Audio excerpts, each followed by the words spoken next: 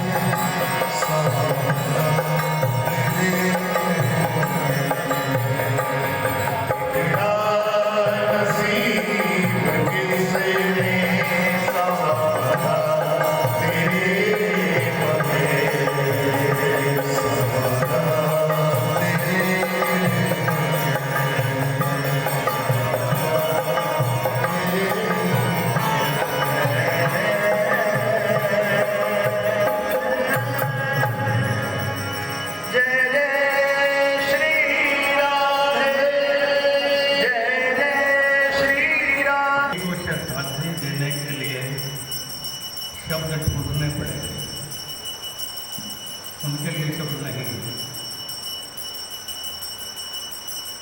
और जो अंदर भावनाएं हैं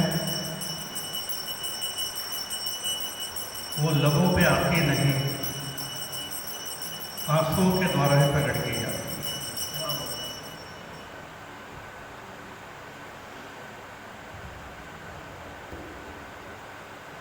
पहले विनोद अग्रवाल जी चले गए, फिर जगदीश छाबड़ा जी चले गए। अब जो हमारी पीठ पे और हमारे सर पे हाथ रखे हुए थे वो बाबूजी भी चले।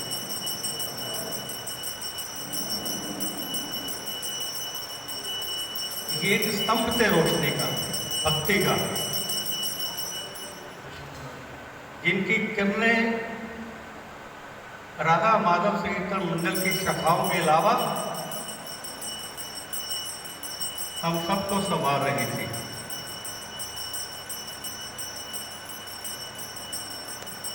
जो जो भी बाबूजी से मिला, एक बार उनके सामने गया और उन्होंने सर पे हाथ रख दिया, फिर तो जीवन में कोई कमी रही ही नहीं। अपना पूर्ण जीवन राधा माधव संकीर्तन को समर्पण करने वाले कहाँ कहाँ नई शाखाएं खोली उन्होंने। फरुखाबाद हो, बरेली हो, सोनीपत हो, हरिद्वार हो, जोधपुर हो, अमृतसर हो, भारत के अनेक शहरों में घर घर में उन्होंने हरिनाम संकीर्तन पहुंचाया। और जाते जाते वो संदेश दे गए, जब भी सिद्धपीठ में आखिरी सभा होती थी तो बाबूजी खड़े होकर माइक पकड़ते थे और एक ही संदेश देते थे कि भाई हरि नाम के बिना गुजारा नहीं है, इसके बिना आप पार नहीं जा पाओगे। सही और सुंदर सटीक रास्ता जो हमें वो सिखा गए हैं। बस बाबूजी आप जहाँ भी हैं, बैठे तो विनोद अग्रवाल के साथ और छाबड़ा जी के साथ और ठाकुर जी क्या कीर्तन कर रहे होंगे। एक ही आशीर्वाद है कि जो कार्य उन्होंने राधा माधव कीर्तन मंडल को सौंपा, अपने भक्तों को सौंपा, उसको कहीं से कहीं ले जाए। अपना आखिरी समय पहले वृंदावन, फिर बरसाना, ब्रज रज में अपने प्राण छोड़ देना, इससे बड़ी बात हो नहीं सकती।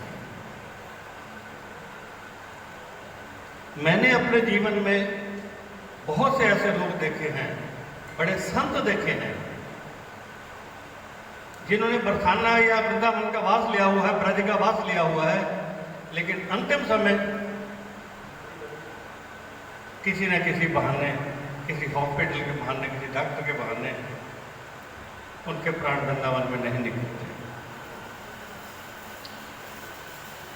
ये तो जो मेरे बिहारी जी, जो मेरी राधा रानी चाहेगी वही होगा। जो भी आज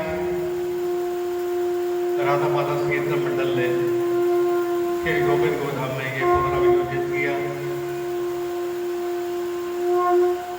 जब अश्विनी जी का फोन आया, मन गदगद हो उठा कि ये श्रद्धांजलि गोविंद गोधाम में रखी गई है। ये हमारे लिए बहुत बड़ी बात है।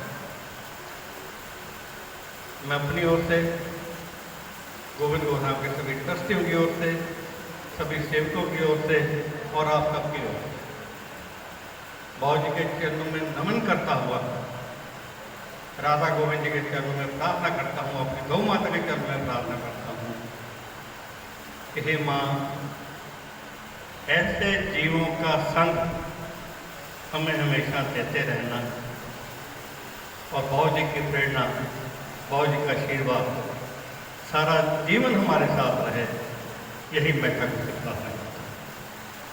श्री राधा माधव कीर्तन मंडल के अलावा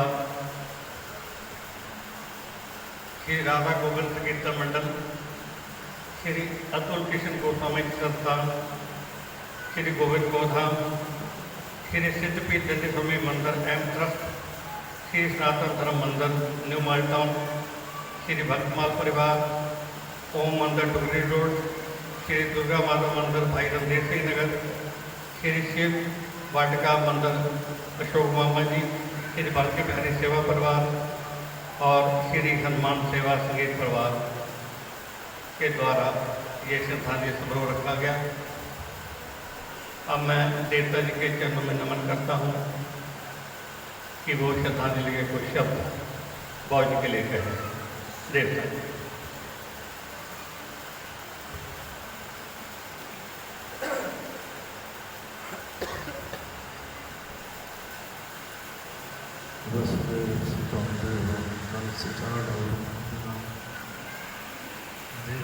परमानंद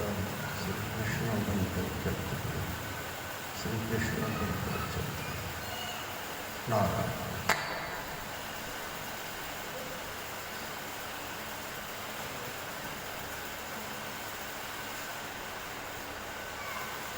श्रद्धांजलि शब्द का अर्थ क्या होता है?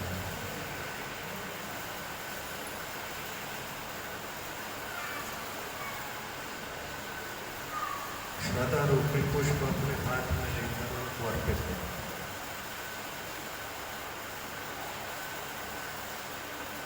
श्रद्धा का संबंध किससे है?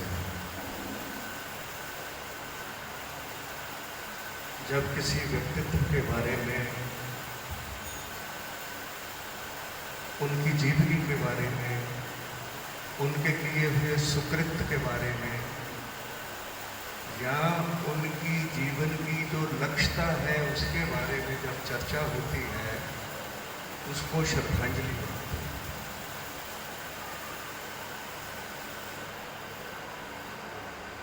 केवल शब्दों के माध्यम से श्रद्धांजलि नहीं है।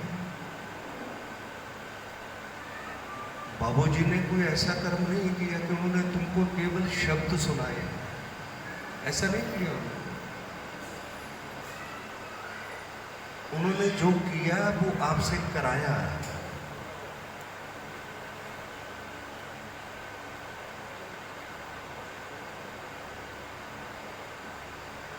बब्बू जी एक पद गाया करते हैं, सुख दुख भोगे जाए, खाता सब मिटाते जाए।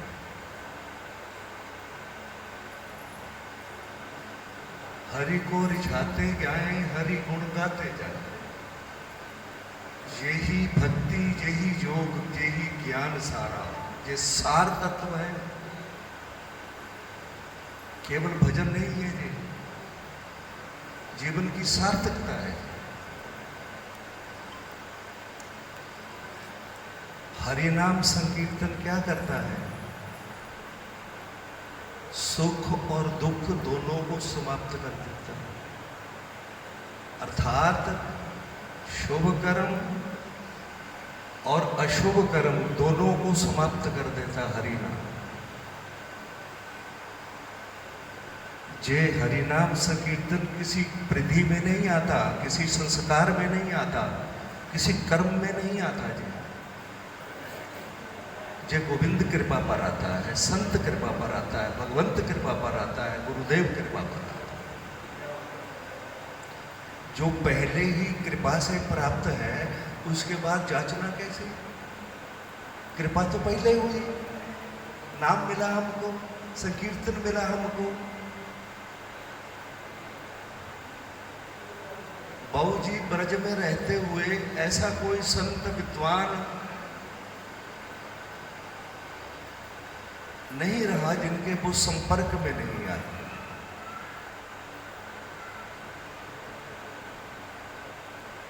समस्त विद्याओं का सार को उन्होंने पकड़ लिया कि गोविंद नाम के अतिरिक्त और कोई उपाय नहीं।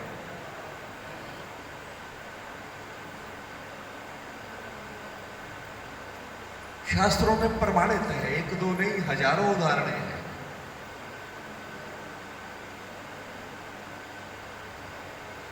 बाबूजी के प्रति सच्ची श्रद्धांजलि ये है, जो उन्होंने किया है वो हम अपनाएं, इसका नाम श्रद्धा।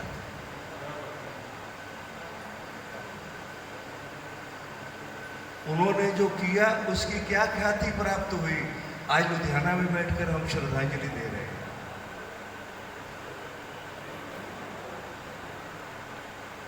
उन्होंने किसी लाभ को लेकर, किसी लक्ष्य को साध्य करके नहीं, जे उनका साध्य था, साधन नहीं था, साध्य था। गोविंद को भजना और जन भाव को बजाना, ये साध्य है। बस इसका फल क्या है, इसकी आकांक्षा नहीं की थी उन्होंने, और इसका कोई फल दे भी नहीं सकता, क्योंकि ये तो पहले ही फल है। सरकार की कृपा रूपी प्रसाद का फल है जे गोविंद नाम प्राप्त होना।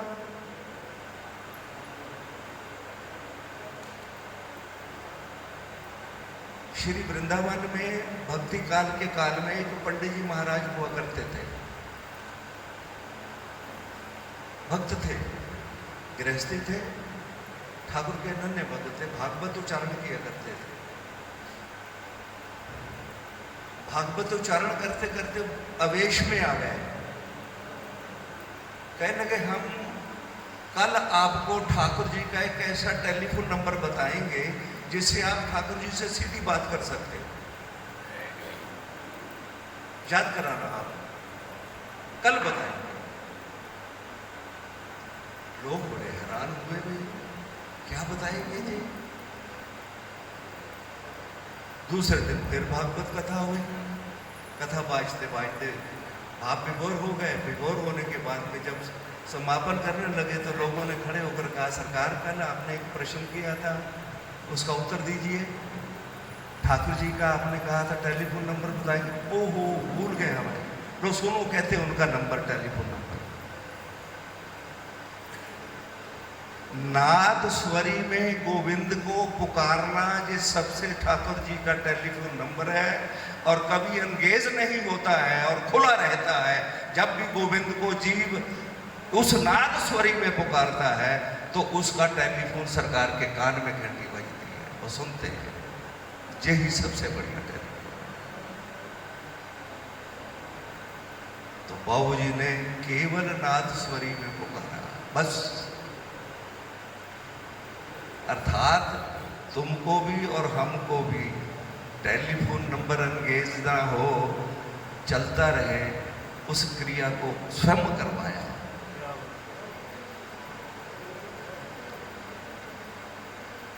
जीव का जो कर्म होता है, हम लोग अभी श्रद्धांजलि दे रहे हैं, इसका कोई फल होगा? मेरा अनुमान है नहीं होगा, हो सकता मैं गलत हूं। श्रद्धांजलि देने का तो भाव ही दूसरा है, उनके किए हुए शुभ कर्मों को अपनाना, धारण करना, अपने जीवन में संकल्पबद्ध होकर कि उन्होंने ऐसा किया, आज से मैं ऐसा करूंगा, इस क्रिया का नाम श्रद्धांजलि।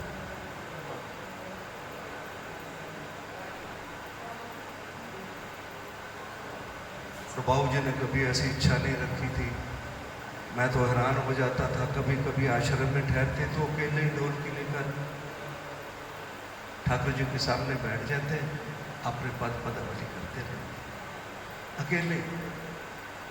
कोई आकर बैठ जाए, उनको कोई मतलब नहीं उससे।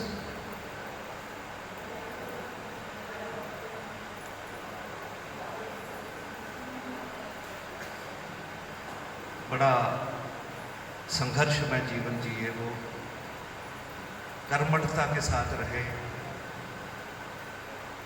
अनेक वर्षों से। मुझसे एक दिन बात हुई, कहने लगे राजकुमार मैं रेलवे में काम करता था गाजियाबाद से नित्य बड़ौदा हाउस में मैं जाया करता था। तो गाड़ी के डिब्बे में लोग इधर उधर की चर्चा करते थे, तो हम लोग जो डिब्बे में बैठे तो हम वहाँ पर ठाकुर की चर्चा करते, ठाकुर का गुणानुवाद गाते, पद पदावली हो जाती। वहाँ से ये काम शुरू हुआ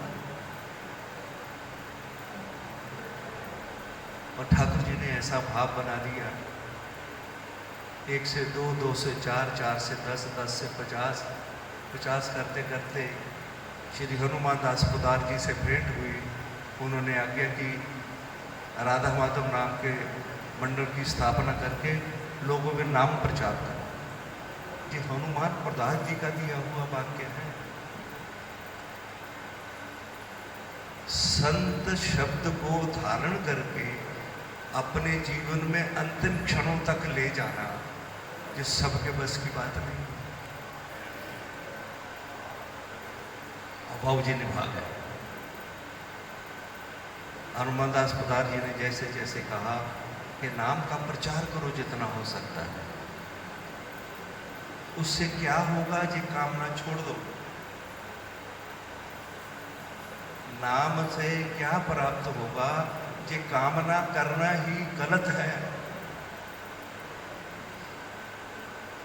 वो तो पहले ही कृपा से प्राप्त हुआ है। ये तेरा कर्म है जो तेरा नाम लिया है। बप्पू जी ने अभी पद गाया। जब उसके कर्म से हम नाम कर रहे हैं तो फिर और जांचना क्या। सब संतों ने इस बात की पुष्टि की है, केवल गोविंद स्मरण कीजिए, अन्यथा जितना भी ये योग है, यज्ञ है, कर्म है, ज्ञान है, भक्ति है, वैराग्य है, ये सब क्रियाएं का सार केवल नाम है। भले योग में नाम में चले जाओ, लेकिन सबसे सरल और सुगम और श्रेष्ठ, ये उत्तम है नाम। सत्संग में बैठकर नाम को उच्चारण करना।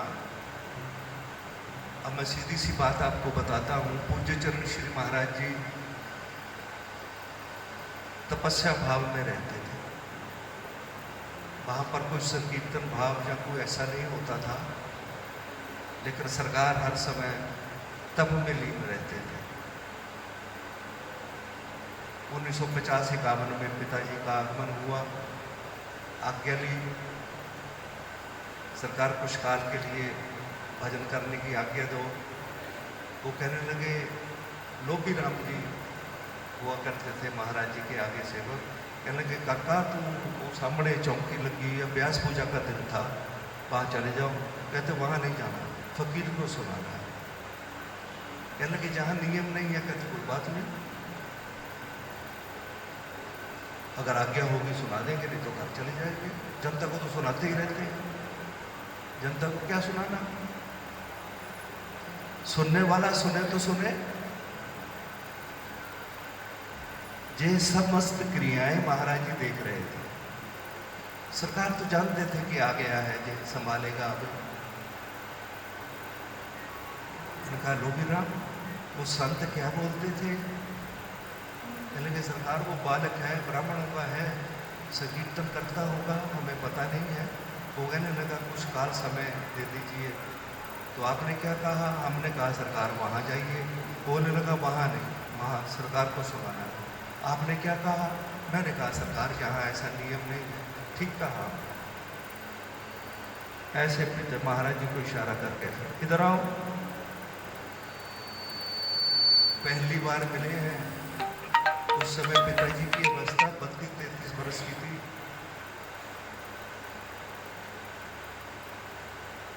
कहने लगे ठीक कहते हैं जी, यहाँ नियम नहीं है ऐसे करने का, पर तुम्हारी इच्छा है, चलो सुनाओ, हम सुन लेते हैं। उस समय माइक नहीं हुआ करते थे, बिना माइक के ही बोलते थे। जो पीताम्बर से उन्होंने बाजना बने पढ़ के तो शुरू हो गए। 3 घंटे तक निरंतर हरिनाम से कीर्तन होता रहा। महाराज जी मस्त हो गए, ऐसे जैसे मस्त झूमने लग गए। उसके बाद अचानक बेहोशी करी और गिर गए पिताजी। तो बोलो भी राम जी। हारमोनियम उठाने के लिए गए, पेट पर गिरा जोर से, बोले हे रुको, जिसने इसको गिराया वह उठा भी देगा।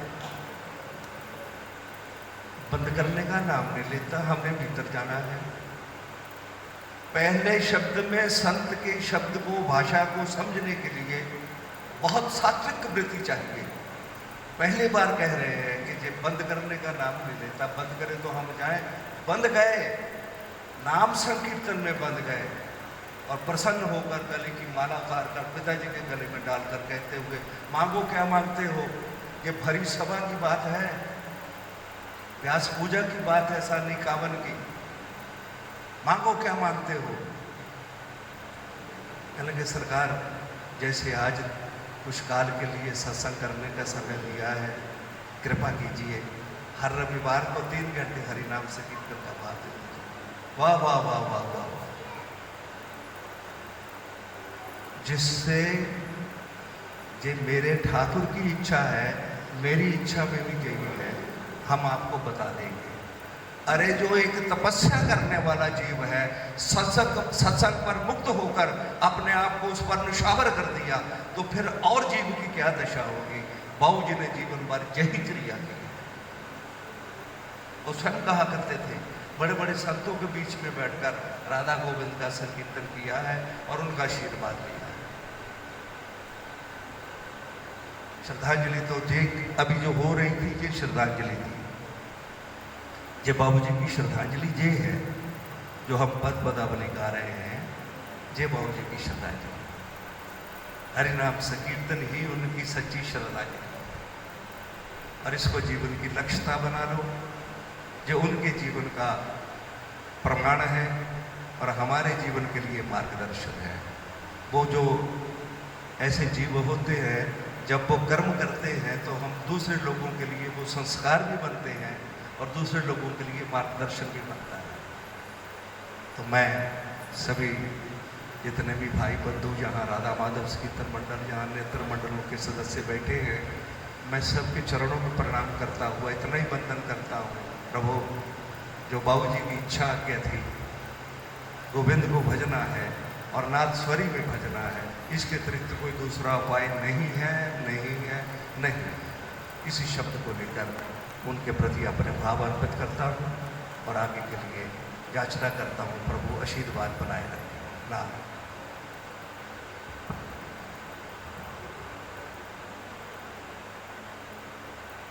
कीर्ता जी, जो अभी आप बात बता रहे थे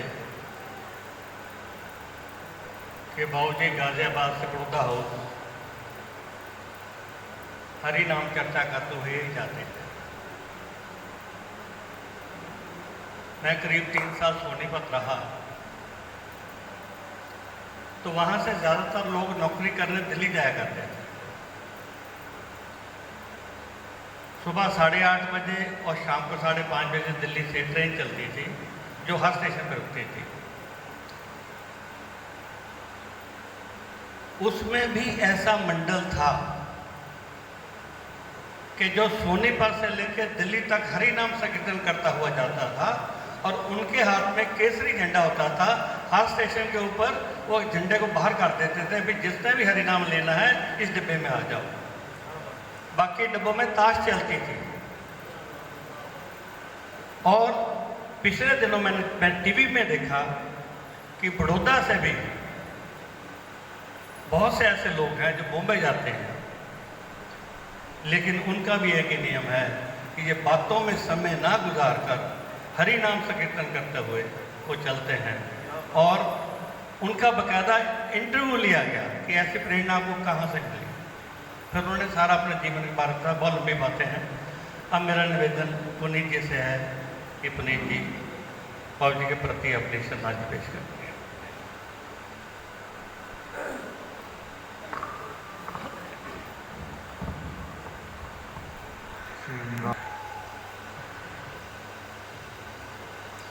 भक्त भक्ति भगवंत चतुर नाम एक, इनके पग वंदन किए नासहि विघ्न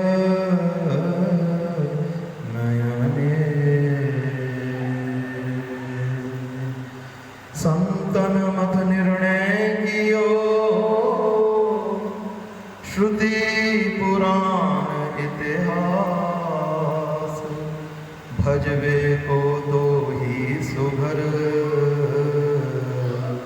कै हरि लाल। भजवे को तो ही सुभर, कै हरिदास।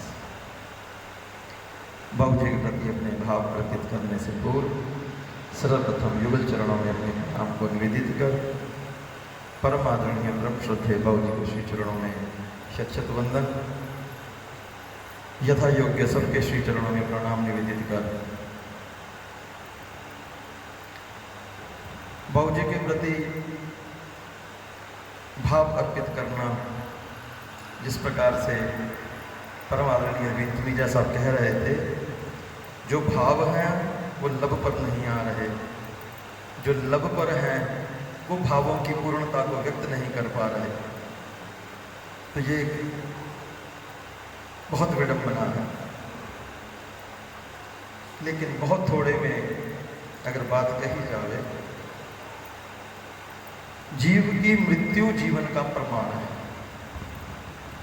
कि उसका जीवन कैसा है। बाबू जी की मृत्यु की अंत्येष्टि भाव का जो क्रम उपस्थित हुआ वो एक साधारण जन का नहीं हो सकता। जो भी जन वहां उपस्थित थे वो इस बात को अनुभव कर सकते हैं।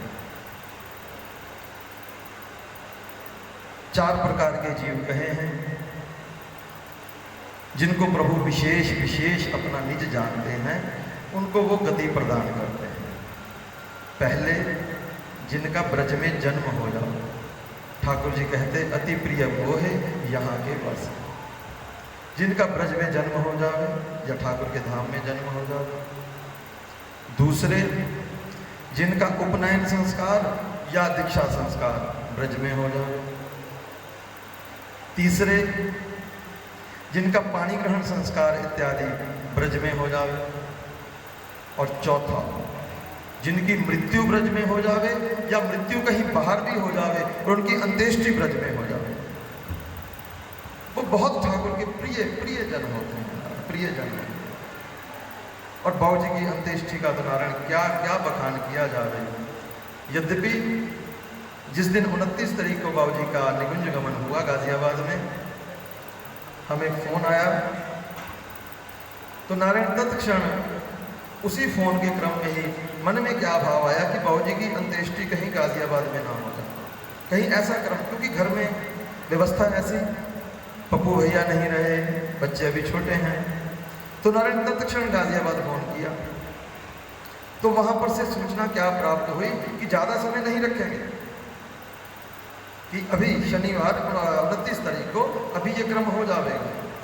तो नारायण निमित्त ठाकुर जी सब क्रम वो कर रहे हैं, लेकिन तब उसी समय बीच में से ही कॉन्फ्रेंस मिंटू जी को लिया गया कि भैया ऐसी कृपा कर दीजिए कि वो अंत्येष्टि का क्रम वहाँ ना हो जाए।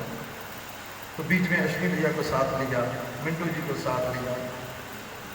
तो नारायण ठाकुर ने ऐसी कृपा की कि बाबू जी को कहा गाजियाबाद का क्रम उपस्थित हुआ, वृंदावन का क्रम उपस्थित हुआ। और वहाँ पर जाकर बाबू जी को प्रत्येक देवालय के आगे बिहारी जी, राधा रमन, राधा वल्लभ इत्यादि सबके स्थानों पर प्रणाम करवाया गया। और उसके बाद यमुना घाट पर मोक्ष घाट है, जिस प्रकार से हमारे इत्यादि शहरों में होता है, वहाँ पर जाकर बाबू जी को अंत्येष्टि भाव से वहाँ पर, लेकिन फिर वहाँ पर ठाकुर ने क्या अद्वितीय भाव प्रदान किया कि नहीं इस मोक्ष घाट में वहाँ पर नहीं बाबू जी की अंत्येष्टि होगी। अंत्येष्टि कहाँ होगी? यमुना तट पर, जहाँ पर पुनः अस्त्र इत्यादि नहीं चयन किए जाते, बस वहीं पर यमुना जी में ही प्रवाहित कर दिए जाते हैं। तो नारायण ये सब क्रम क्यों हुए? क्योंकि उनका जीवन ऐसा था। मृत्यु तब ऐसे हुई क्योंकि जीवन ऐसा था।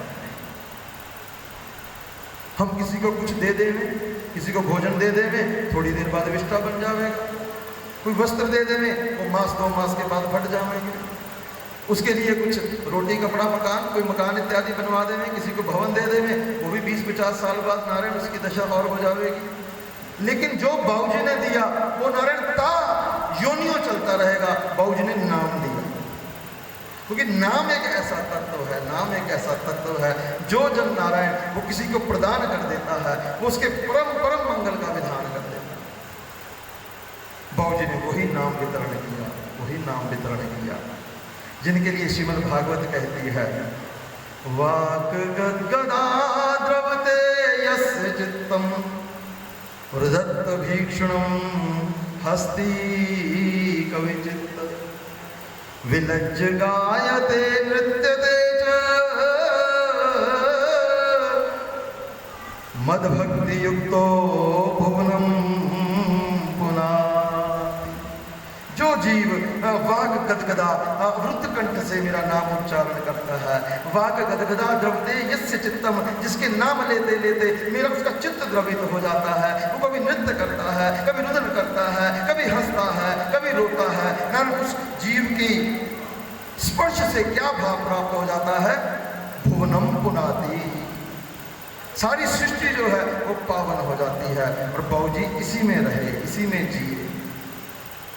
और जिस जिस जन ने नारायण बाबूजी का स्पर्श कर लिया, बाबूजी का सानिध्य कर लिया, निश्चित निश्चित निश्चित मानिए नारायण वो जन भी साधारण नहीं है जो बाबूजी के सानिध्य में आ गए। रहते हुए तो नारायण बड़ों बड़ों की नारायण लोग नहीं जान पाते और ना ही मान पाते हैं, बाद में पता चलता है। वही भाव बाबूजी के प्रति है नारायण। पता चला कि उनका जीवन कैसा था, कि उनका अंत ऐसा था। तो नारायण अपूर्व भाव से बाबूजी से लिखे, क्योंकि ये जीवात्मा ना होकर नारायण ये प्रभु की दिव्य विभूति होते हैं, जो प्रभु विशेष कार्य के लिए भेजते हैं। नारायण किसके पास इतना समय लगावे, जन जन को जोड़े, भगवत नाम का आश्रय में नारायण सबको सम्मिलित करे, ये नारायण साधारण कार्य नहीं है। स्वामी राम सुखदास जी कहा करते हैं कि प्रभु उस जीव पर इतने प्रसन्न होते हैं जो किसी जीव को भगवत सन्मुख कर दे। तो प्रभु उस जीव से कहते हैं, अरे वाह वाह वाह, तूने तो इतना बड़ा काम कर दिया, मेरी खोई हुई चीज मुझे वापस दिला दी। क्योंकि जितना भी जन समाज है वो प्रभु से विलग हुआ है, ना जाने गुण कर्म स्वभाव के चलते हुए वो प्रभु से विमुख हुआ है। नारायण जो जन भगवत नाम का आश्रय लेकर उस जीव को प्रभु के सन्मुख कर देता है, प्रभु उसके लिए नारायण ऐसा विधान करते हैं कि देवता भी उसका अभ्यागत करते हैं। तो बाबूजी श्री के जिन्होंने नारायण जन जन को प्रभु के साथ जोड़ दिया, वो कितने कितने नारायण प्रभु की प्रसन्नता के पात्र रहे होंगे। कल हम सत्संग में बात कर रहे थे, स्वामी राम सुखदास जी से कृष्ण ने प्रश्न किया, प्रभु स्वामी जी ये बताइए क्या शूद्र ब्राह्मण हो सकता है? स्वामी राम सुखदास जी से किसी ने प्रश्न किया, क्या शूद्र ब्राह्मण हो सकता है? वो कहते मुझे ये नहीं पता कि शूद्र ब्राह्मण हो सकता है कि नहीं हो सकता, मैं ये जानता हूं अगर शूद्र भजन करने लग जावे वो ब्राह्मण से भी उत्तम हो सकता है। अगर वो नाम का आश्रय ले ले वो ब्राह्मण से भी उत्तम हो सकता है। नारायण शबरी पंचम वर्ण की है, पंचम वर्ण की शबरी को प्रभु क्या कहते हैं, सोई अतिशय प्रिय भामनी मोरे। अरे हे शबरी तुम्हारे मन को भा गई है, भामनी है। पंचम वर्ण की शबरी भजन का आश्रय, गुरु का आश्रय, नाम का आश्रय ले रही है, वो वंदनीय होगी। तो नारायण बाबूजी का जो जीवन है वो परम परम परम वंदनीय है। जो सहे दुख पर चित्त, जैसे बाबूजी ने भी कहा कि बाबूजी का जीवन संघर्षमय रहा और भक्त का जीवन संघर्षमय ही होता है। गोस्वामी जी पुष्टि करते हैं, जो सहे दुख पर छिद्र दुरावा, वंदनीय जही जग जस पावा, मुद मंगलमय संत समाजू, जो जग जंगम तीर्थ राजू। प्रयाग जाने के लिए तो धन खर्च करना पड़ेगा, पैसे लगाने पड़ेंगे, और बाबूजी श्री के संत नारायण जंगम है, ये चलता फिरता प्रयाग है, जा जाकर नारायण अनेत्र अनेत्र स्थानों पर नारायण लोगों को पावन कर रहे हैं। तो अपूर्व भाव से ऐसी विभूति के प्रति सत्य मानिए बिल्कुल भी शोक नहीं है कि बाबूजी चले गए। बाबूजी नारायण अब एक स्थान पर ना होकर सबके बीच में आ गए हैं। अब सबका दायित्व बनता है कि बाबूजी को कितना जीवित रखना है।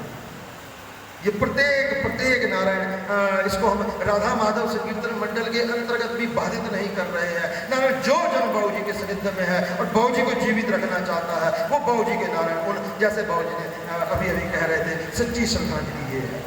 बस जो उनको जीवित रखना चाहे बस उनके अनुरूप जीवन नारायण नाम आश्रित हो जावे, भगवत आश्रित हो जावे, तो यही उनको सच्ची श्रद्धांजलि है, यही उनको जीवित रखना। तो अपूर्व भाव से नारायण बाबू जी को वंदन। अब हम सबका कर्तव्य है कि उस ध्वजा पताका को और नारायण उज्ज्वल करें और फहरावें और विशुद्ध नाम, शब्द विशुद्ध कह रहे हैं नारायण। विशुद्ध क्या नाम भी अशुद्ध होता है? हाँ, नाम भी अशुद्ध हो सकता है अगर उसके पीछे कोई नारायण व्यक्ति विशेष की कामना, लोकेशना इत्यादि भाव हो जावे, तो नारायण विशुद्ध नाम का आश्रय जो बाबू जी हमें बता गए हैं, तो उसके नारायण आश्रित होकर अपूर्व भाव से हमें आगे बढ़ना है। अब समय अपनी सीमा का अतिक्रमण कर रहा है। अब नारायण आगे का भाव आनंद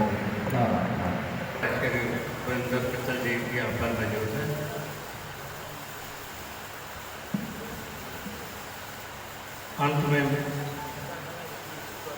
मैं अपनी ओर से और श्री गोविंद गोधाम ट्रस्ट, हमारे जो मुख्य ट्रस्टी हैं वो देवता जी हैं। जो गोविंद गोधाम का ट्रस्ट है उसके जो मुख्य ट्रस्टी हैं हमारे देवता जी हैं, अश्विनी ग्रोवर जी हैं, हमारे प्रधान गुरु दमन जी हैं, मोला पृथ्वी जी यहाँ पर मौजूद हैं, प्रमोद दीवान जी यहाँ पर आए हुए हैं। तो सबकी तरफ से मैं आपके चरणों में नमन करता हुआ आपका बहुत बहुत धन्यवाद करता हूँ कि आप श्री गोविंद गोधाम पधारे। अब राधा ध्वनि के साथ इस सभा के समाप्ति हो गए। ठीक है।